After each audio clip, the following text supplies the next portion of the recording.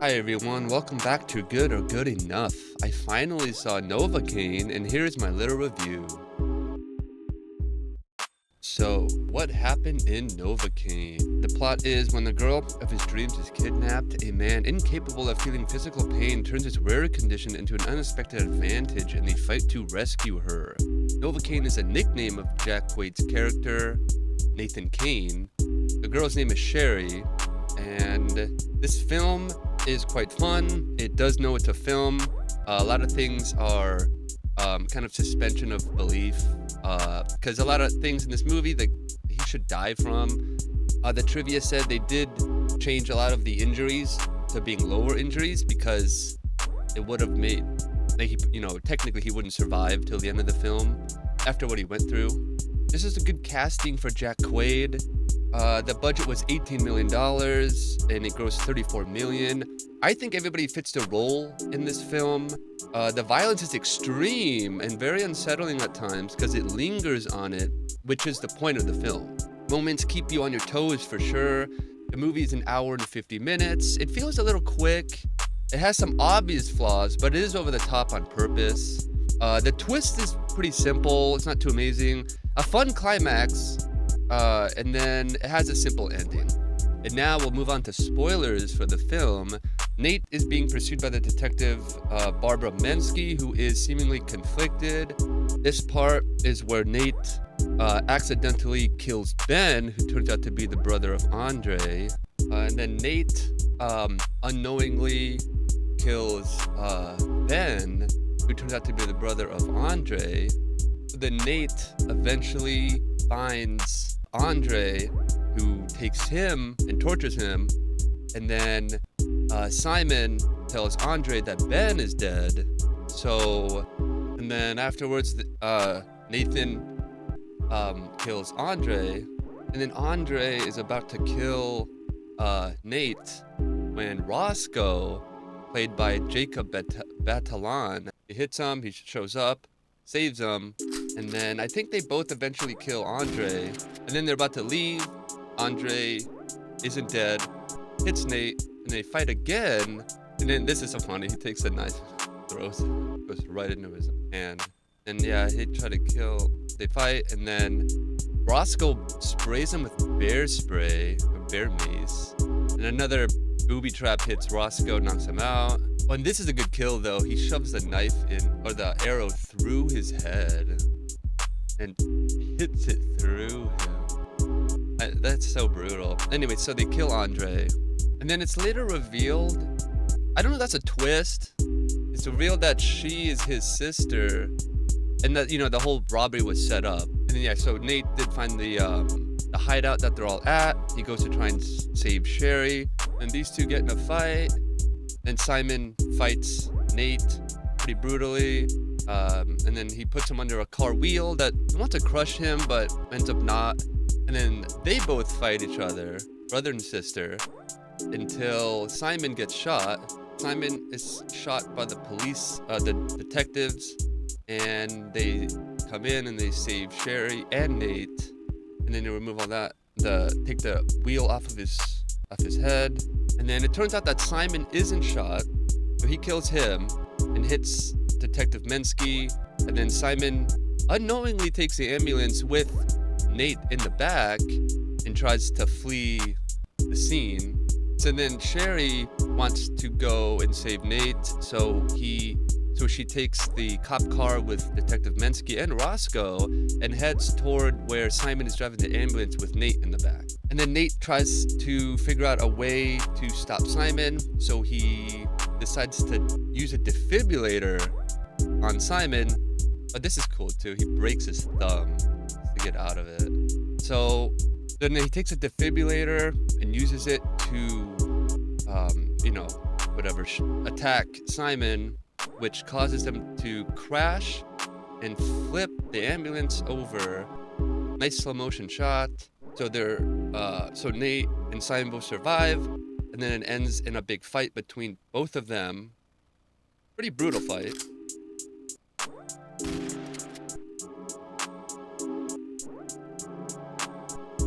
Tries to kill him, fight, all that.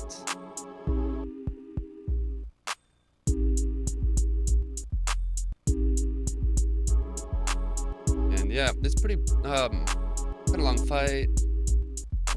Nate definitely loses it. Yeah, so Simon gets the upper hand, and then he snaps Nate's arm really violently.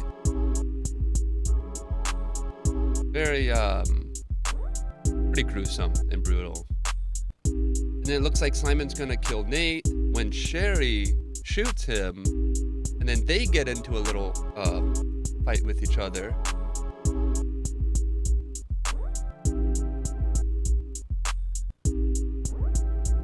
They go back and forth for a bit. It's kind of weird because Detective Mensky told Sherry to kill Simon, so I feel like she should be a little more iffy on it, but she's just like instantly down to do it. Which makes sense, but it's like your sibling is like a different case sometimes. And then Nate gets, I think, another hit of adrenaline. Yeah, boosts him up.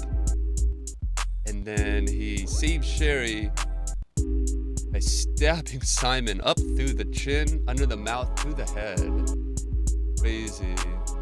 And yeah, and then Nate survives and he wins. And he wakes up in the hospital.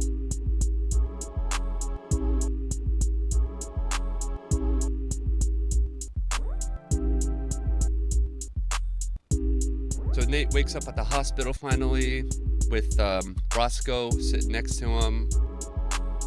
And it turns out Mensky kind of helps Nate have no criminal charges from this because he technically did a good thing and saved Mensky. So then now it looks like they're at like a date. It's pretty hilarious. And then it's revealed that they're in a jail, whatever, for a conjugal visit. Pretty funny. And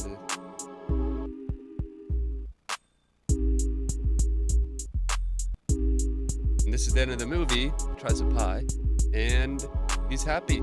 So pretty cool film. Now we're getting to some of my favorite moments for the film. I like the I think there's a second date when they're at the bar and Nate runs into an old friend who I think gave him the name of Novocaine.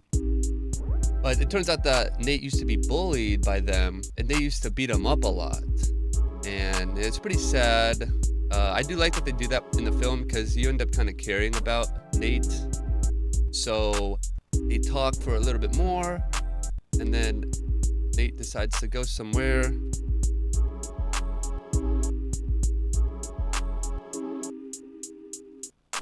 And then he comes back and Sherry is now talking to that guy who bullied Nate from earlier. And it looks like she's mean, but so she has them do a shot together of Nate's favorite drink, which is a spicy drink, that ghost pepper sauce, because Nate can't feel it. So that guy gets pranked by Sherry, and then you know, it's kind of nice because you go, oh wow, Sherry's pretty cool. So she basically pranks him for Nate. Pretty cool. I like that moment. And then the scene is the tattoo parlor scene. So another cool scene is at 54 minutes. The tattoo parlor scene. Pretty intense, very entertaining. He goes to this place, basically trying to get somebody to say a name. And he gives a kind of a funny story to get this guy to say the name because it's pronounced funny. And this guy's not buying it. He's kind of, he kind of knows something's going on. Like that. And then that guy wants him to say it, and Nate doesn't know the name. So, pretty cool. And then he knows something's up, So he's gonna kill him now, and then they get in a big fight, and this is a pretty intense fight. I mean, it's very entertaining. So brutal. It's really cool because it's so new. Like, not many people get stabbed under the arm like that. And yeah, they go back and forth, slow motion throw into the glass. And then Nate gets the idea that he could use his no feeling of pain to his advantage. So he punches the glass, which lodges into his hand. And then he punches the guy in the face, stabbing him with the shards of glass, as well as leaving some behind, stuck in his face, like this. Boom, right in the face. Pretty awesome. And then he does, the humor is so funny because he's literally like, he's just sitting on top of him the whole time. And then, yeah, it's injures him with the tattoo needle. And then he's sitting on him the whole time. He's talking on the phone. Pretty funny. He's just sitting on him. So I like that scene. Another funny scene is when he goes to the house and it's been booby-trapped. Nate finds a house that he goes to, which is supposedly Andre's house or something. And it's one of their houses. But Nate doesn't know it's super booby-trapped. So he can't feel the pain. It's really funny. It's like, oh no. Really funny. And then over here, he goes to another one. He gets an arrow through his thigh. Hilarious. And he just has to walk around. And then now he decides to test the booby traps. And he doesn't find it. And then you think it's over. And he's looking around. He finds a mechanic shop. And then he gets stuck in one more final booby trap. And now he's really screwed. Then he calls Roscoe, who saves him. And that leads up to the big fight with Andre. Pretty cool, pretty brutal. And then an hour and 8 minutes, this Andre decides to torture Nate, and Nate has to pretend that it hurts. So he makes a bunch of fake pain noises. Hilarious. Another good moment is when Nate has to break out of the cuffs in the ambulance. So Nate's trying to reach for a tank. So he decides to do that, graphically break his thumb, and slip the cuffs out. And yeah, pretty good scene. Very brutal. Now we get into things I would fix. It is a movie, so he heals fast, which they did try to change the injuries to being either more minor injuries or on the body, not the head. So I don't know. Maybe making it seem like he's not like Superman, but he, has a condition. Or he does kind of know how to fight, and he does logically dodge the fights. That would probably be a little better, I think. But it was fine for what it is. It can be a little inconsistent at times, but it wasn't too distracting. A lot of things you'd be like, whoa, how did he survive that? And then you go, oh, well, it's a movie. And it has a simple, straightforward plot. It's basically just, no pun intended, a vehicle for the character to basically, rescue the girl and get injured along the way. Next is if you should see it in the theater or stream it online.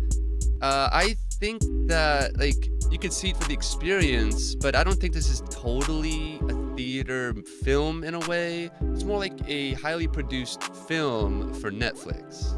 Yeah, it's just a simple plot. I think this movie is worth being streamed rather than seeing in the theaters, because it's kind of simple, which is nice. It's not, for once, it's not too complex, but I think it's a little too simple, and they could have maybe put a second twist on it, like maybe Nate is behind all of it. And so my final thoughts for this film are, it has nice writing, that makes you feel bad for Novocaine. He was apparently bullied and beat up in school. I like that. Makes you feel for him. I like the tattoo subplot because he has an unfinished tattoo and he meets this girl, and at the end he shows that he's filled it in with the prince and the princess or whatever saving each other rather than, you know, the guy saves a girl or vice versa. It was kind of nice, like a subplot theme kind of a thing, because he does finish it at the end. Yeah, so this film is quite fun. It knows it's a film. It's better casting for Jack Quaid. I think everybody fits their roles. The violence is very extreme, and it can be unsettling at times, and it does linger on it since it's the point of the film. Moments do keep you on your toes. It's an hour and 50-minute runtime, but it feels a little fast. It has the obvious flaws, but they're not too distracting, and it is a film, and it is on purpose. The twist is simple, has a fun climax, and a simple ending. So with all that being said, I say that this film is good. So that does wrap up this review of Novocaine. Please comment down below if you want, letting me know what you thought of this film, and I'll see you in the next review.